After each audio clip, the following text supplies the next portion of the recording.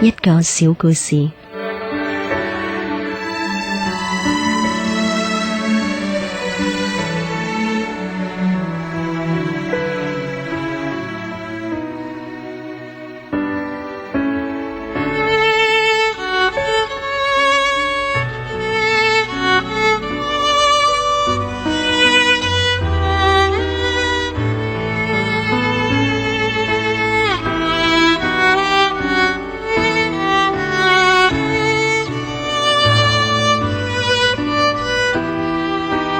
呢個男仔讀大學嗰幾年，每一逢休假唔使返學，就會喺佢姨媽嘅小飯店裏面幫忙。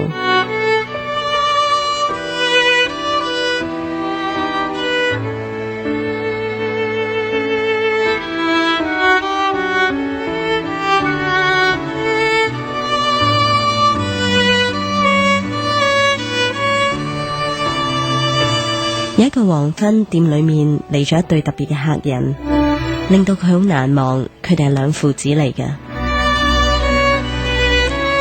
其中個爸爸係盲人，佢身邊嘅男孩子小心翼翼咁扶住佢。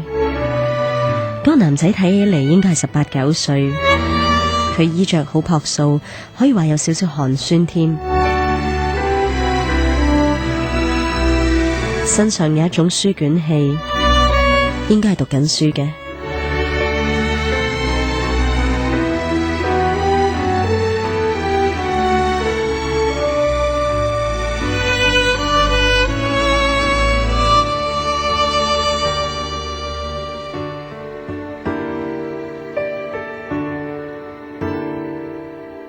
呢個仔仔走到呢個男仔前面，好大聲咁講：2碗牛肉麵啦！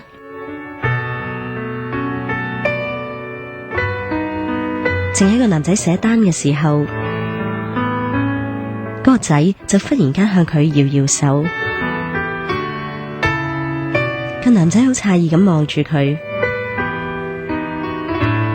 而嗰個兒子就滿帶歉意咁笑咗一笑，然後用手指指後面牆上面貼住嘅價目表，話俾佢聽，示意佢只係要1碗牛肉麵，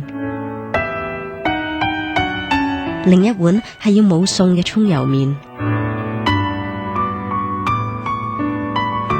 個男仔明白啊，佢恍然大悟，原來嗰個仔大聲叫2碗牛肉麵係俾佢爸爸聽嘅，實際係只係嗌咗1碗，而佢唔想俾佢爸爸知道。呢個男仔會意咁樣笑咗一下，廚房好快就攞咗2碗好熱嘅麵出嚟。嗰個仔將嗰碗牛肉麵移到佢爸爸面前，同佢講：爸爸，麵嚟啦，慢慢食啦，小心熱啊！佢自己呢，就只係食1碗清湯嘅麵，而個爸爸都唔急住食，只係摸摸索索咁用筷子喺碗裏面探來探去，好唔容易夾到一塊牛肉，佢就即刻將嗰塊牛肉夾落個仔嘅碗裏面，同佢講：阿仔，你食多啲啊，食飽咗好好讀書，就嚟高考啦，可以考上大學，將來做個有用嘅人。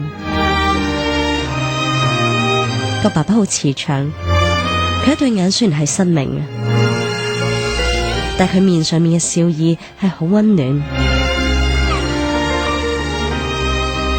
令呢個男仔感到奇怪嘅係，嗰個做仔嘅並冇阻止佢爸爸嘅行為，而係默不作聲咁樣接受咗佢父親夾嚟嘅牛肉，然後再靜靜地無聲無息咁將嗰塊牛肉夾返父親嘅碗裏面，來來去去，佢爸爸嗰碗牛肉麵裏面牛肉好似夾極都夾唔完咁。個爸爸話：呢間飯店真係幾好喎，啲麵裏面有咁多牛肉嘅。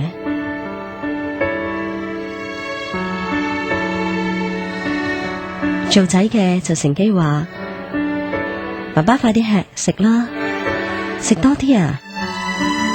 我碗裏面都裝唔晒啦，你俾晒我。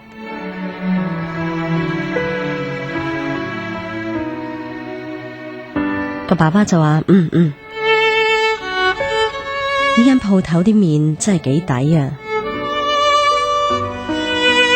唔知咩時候呢個店員嘅男仔嘅姨媽亦都走到佢身邊，靜靜咁望住呢一對父子。呢個時候，佢就叫個男仔喺廚房攞咗一碟牛肉出嚟，示意佢將嗰碟牛肉放喺父子嘅台面。個仔望一望周圍，發現都冇人搭台啊！佢就話：你放錯咗係咪？我哋冇要牛肉喎。跟住個姨媽就微笑咁樣行過去話：冇錯啊，今日係我哋開業致慶啊嘛，呢盤牛肉係送噶。個男仔呢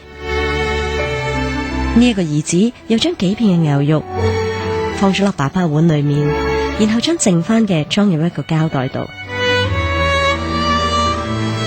佢哋就係咁靜靜望住呢一對父子食完，然後目送佢哋出門口。不過當佢哋去收碗嘅時候，發現嗰個兒子個碗下面仲壓住幾張紙幣，個價錢正好係佢哋價目表上面一碟牛肉嘅價錢。一時間呢個男仔佢姨媽仲有啲店員都講唔出話，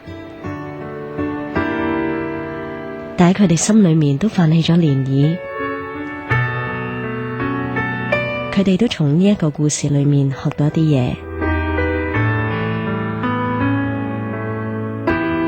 今日我唔講我學到嘅係啲乜嘢，等你哋去用心領會友情嘅故事帶俾你啲咩。